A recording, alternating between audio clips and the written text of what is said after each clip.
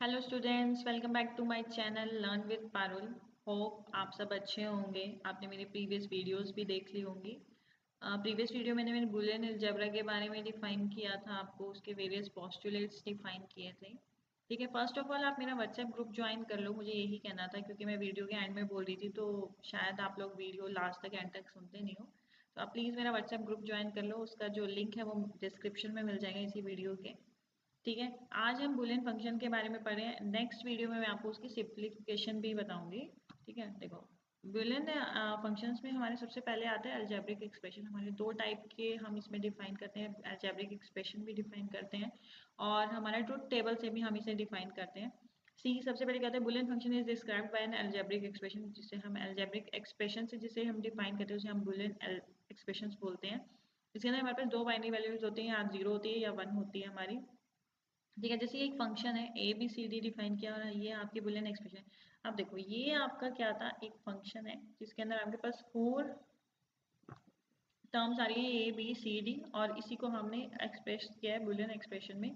ठीक है, और आउटपुट वाई हम ऐसे रिप्रेजेंट करेंगे। ठीक है, ये आपके पास एक एक्सप्रेशन होती है जैसे मैंने प्रीवियस में आपको बताया था।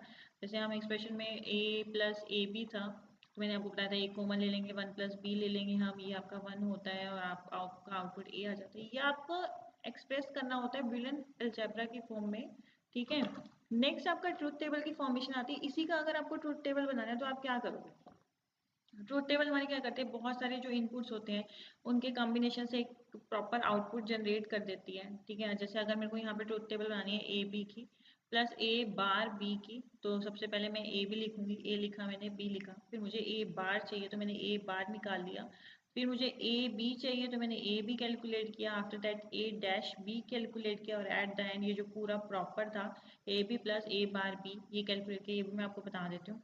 इनको करने के लिए आपको मेरी लॉजिक गेट्स की वीडियो देखनी पड़ेगी, क्योंकि अगर आपको यही नहीं पता होगा कि ए डॉट बी के बाद आउटपुट क्या आता है तो आप इसे कैलकुलेट नहीं कर सकते हो। मैं यहाँ पे फिर भी एक बार आपको डिफाइन कर देती हूँ। देखो ए, मैंने इसको बताया भी था, अगर टू की पावर टू फोर है तो आप कैसे लिखोगे, दो बार जीरो, दो बार one, zero one zero one. Similarly अगर तीन की लिखोगे तो चार बार जीरो, चार बार वन, दो बार जीरो, दो बार वन, जीरो वन, ऐसे करके मेंटेन करते हैं हम टेबल को। ठीक है, ए का बार मतलब ए का कॉम्प्लीमेंट, ए का बार मतलब जीरो का क्या हो गया, वन हो गया, जीरो का क्या हो गया, वन हो गया, वन का क्या हो गया, जीरो हो गया, अगेन वन का क्या हो गया, जीरो हो गया। ठीक है, ए बी मतलब मल्टीप्लाई, ए बी आपका कहता है अगर आपका दोनों कंडीशन ट्रू है तो ही ट्रू आएगा। तो देखो इसमें एक फॉल्स, दोनों फॉल्स है, इसमें एक फॉल्स है, एक में एक फॉल्स है, तो तीनों में क्या आया, जीरो। सिर्फ इसी में ही हाँ आपका इसी इनपुट में दोनों ट्रू है तो यहाँ पे आपका क्या आ जाएगा, वन आ जाएगा। ऐसे ही आपको ए बार भी लेना है तो इसके साथ लेना है, तो यहाँ पे भी देखो एक जीरो है तो यहाँ जीरो आ गया, इन दोनों में दोनों वन है तो वन आ जाएगा, यहाँ दोनों जीरो है तो जीरो आएगा, यहाँ पे भी एक जीरो है तो जीरो आ जाएगा। अब इन दोनों को एडिशन करना है, एडिशन क्या कहते हैं, अगर एक भी ट्रू है तो ट्रू आएगा।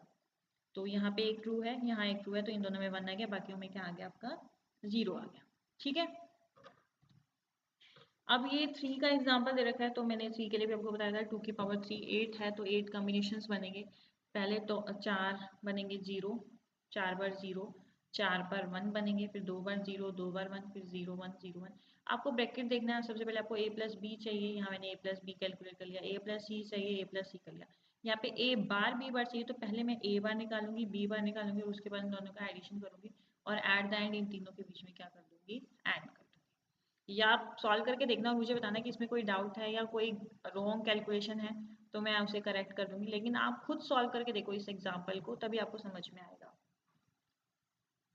अब ये इक्विवेलेंस है कि हमें दो वैल्यू इक्वल प्रूव करनी है, इस वाले बुलियन एक्सप्रेशन को इस वाले के साथ प्रूव करना है, तो पहले आप टेबल की फॉर्म में इन दोनों को कैलकुलेट करो।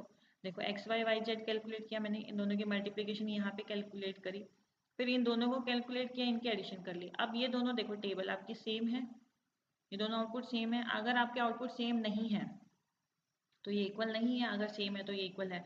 यहाँ पे ये सेम नहीं है, देखो यहाँ जीरो आ रहा है, यहाँ वन आ रहा है, तो L H S is not equal to R H S.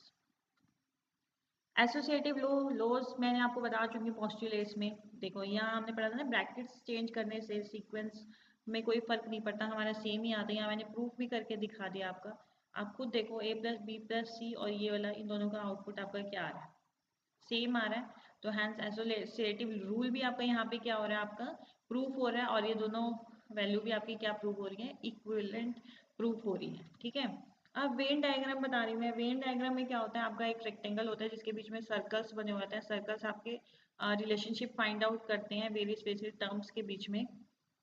ठीक है, Venn diagram is an illustration that use circles. Circles use करते हैं to show the relationship between things के बीच में। ये एक दूसरे को ओवरलैप भी कर सकते हैं, समटाइम्स ओवरलैप नहीं भी करेंगे। ये क्या होता है, सिमिलर और डिफरेंसेस फाइंड आउट करता है दो रिलेशन के बीच में कि वो सिमिलर हैं या फिर डिफरेंट डिफरेंट है। A Venn diagram is an illustration that use circles to show the, वही सेम चीज़ें हैं कि हमें एक रेक्टेंगुलर के अंदर सर्कल्स होंगे, वो आपस में ओवरलैप भी करेंगे, वो हमें क्या बताते हैं, रिलेशनशिप बताते हैं। देखते हैं इसका एग्जाम्पल। ठीक है, देखो कॉम्प्लीमेंट, ये ए है तो ये आपका क्या हो जाएगा, ए बार हो जाएगा। तो मतलब ये ए था तो ए, जो चीज़ ए में नहीं है वो क्या हो जाएगी आपकी, ए बार हो जाएगी। और ऑपरेशन आपका क्या हो जाएगा, देखो ये ए था ये बी था, ठीक है, ये दोनों मिला दूं अगर मैं, और क्या कहता है दोनों, तो अगर ये दोनों मिला दूंगी, यहाँ पे दोनों मिला दिए तो ये क्या हो गया, ए प्लस बी। और बाहर का एरिया क्या हो जाएगा आपका, ए प्लस बी का बार, या फिर आप इसे ए प्लस बी का होल बार ऐसे भी डिफाइन कर सकते हो। नेक्स्ट आपका आता है एंड ऑपरेशन। एंड होता है दोनों में कॉमन। अब ये देखो ए और बी, ये जहाँ पे कॉमन पोर्शन आ रहे हैं इन दोनों के बीच में, जो दोनों में आ रहा है वो आपका क्या होगा, ए बी, मतलब एंड, और उससे बाहर का जो भी एरिया होगा वो क्या होगा आपका, ए बार बी बार। समझ में आ गया। ठीक है, ये ना ए में है ना ही बी में है। Venn diagram of two variables, अगर दो वेरिएबल्स में लेके चलूँ ए और बी, तो बहुत सारे कॉम्बिनेशन हमारे बन सकते हैं। देखो ये आपका ए था, ये आपका बी था, कॉमन एरिया में आपका क्या आएगा, ए बी आएगा। इसमें क्या आएगा, जो ए में है लेकिन बी में नहीं है तो ए बी बार। यहाँ वाले एरिया में क्या आएगा, जो बी में है लेकिन ए में नहीं है, और बाहर का जो बचा हुआ एरिया है वो क्या है, ए बार बी बार, ना ही वो ए में है और ना ही वो बी में है। समझ में आया आपको। ये आपका वीडियो इतना ही था आज का, थोड़ा छोटा सा ही है, मतलब इसका टॉपिक ही इतना था। ठीक है, जो सिंप्लीफिकेशन है वो एक लेंथी टॉपिक, इसमें के मैप आएगा, उसके लिए सॉफ्ट पोस्ट फॉर्म्स भी आएंगी, वो मैं आपको डिटेल में नेक्स्ट वीडियो में एक्सप्लेन कर दूंगी। होपफुली आपको ये समझ में आ गया होगा।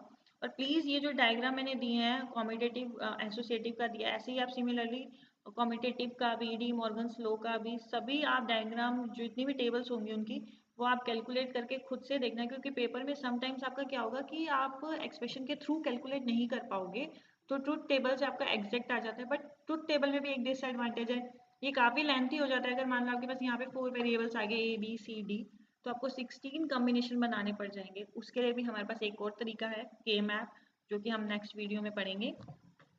ठीक है, तो प्लीज़ ये जो 2-3 एग्जांपल्स हैं ये आप सॉल्व करके देखना, और इससे रिलेटेड जो भी एग्जांपल आपको कहीं पे भी मिल रहे हैं वो उसे सॉल्व करके देख लेना। ठीक है, आज के लिए इतना ही पढ़ते हैं। प्लीज़ मेरी वीडियो अच्छी लग रही है तो please like my video and subscribe my channel. Thank you.